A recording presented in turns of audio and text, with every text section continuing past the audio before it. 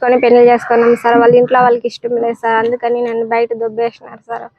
బయట దొబ్బేసి వాళ్ళ వదిన ఎదిగిన ఎట్లా జిక్కి అట్లా గలీజ్ మాటలన్నీ మాట్లాడుతుంది సార్. వాళ్ళ అమ్మ కూడా అంతే సార్, హరి కూడా అంతే సార్. ఈ ఇంట్లోకి రానియద్దు, నన్ను మాట్లాడొద్దు అని ఎట్లా చెప్తే అట్లా అన్ని మాట్లాడుతున్నాడు సార్. ఒక ఆడపాప జీవితం నాశనం చేసేసి తప్పించుకోవాలని చూస్తున్నాడు సార్. పెళ్లి జూన్ 10 అయింది సార్. ఇప్పటి వరకు ఇంట్లోకి పిలుచుకోలేదు సార్. అది పోలీసు వాళ్ళు చెప్పిన దానికి నిన్ను పిలుచుకున్నారు సార్ వాళ్ళ ఇంట్లోకి. పెళ్లి కూడా సాయిబాబా గుడిలో జరిగింది సార్, సోమందేపల్లి. ఇంకా ఇప్పుడు చెప్పిన దానికి సార్ ఇప్పుడు బీగాలు తెరిచి వాళ్ళ ఇంట్లోకి వచ్చినారు సార్. ఇప్పుడు చెప్పిన ఏందో ఒకటి చెప్పి తప్పించుకుంటా అంటారు సార్ వాళ్ళు. అవును సార్, ఎప్పుడు ఏందో ఒకటి చెప్పి అన్ని నెలలో ఉంది ఇన్ని నెలలో ఉంది, వద్దు ఆషాఢము శ్రావణము అని ఏందో ఒకటి చెప్తా అంటారు సార్. ఎప్పుడు చెప్పి ఇంట్లోకే పిలుచుకోలేదు సార్. ఈ రోజు సార్ వాళ్ళు చెప్పిన దానికి ఈ రోజు పిలుచుకున్నారు సార్, అంతే సార్. అవును సార్. ఎందుకంటే వాళ్ళ అమ్మ వాళ్ళ నాయనకి అందరికి ఇష్టం లేదు సార్, దానికి సార్.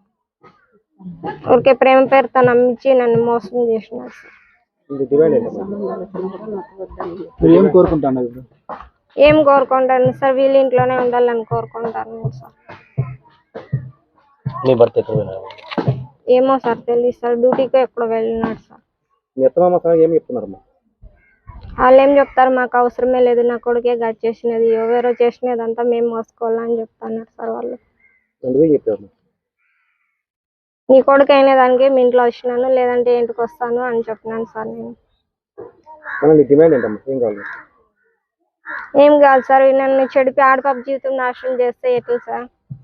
అందుకని సార్ నేను వీళ్ళతోనే ఉండాలనుకుంటున్నాను. డిఎన్ఏ టెస్ట్ అయినా చేయించాను సార్, అప్పుడు వీళ్ళ కొడుకు కాకుంటే వీళ్ళ ఇంట్లోకి నా ఎడుమకాలు కూడా పెట్టింది సార్.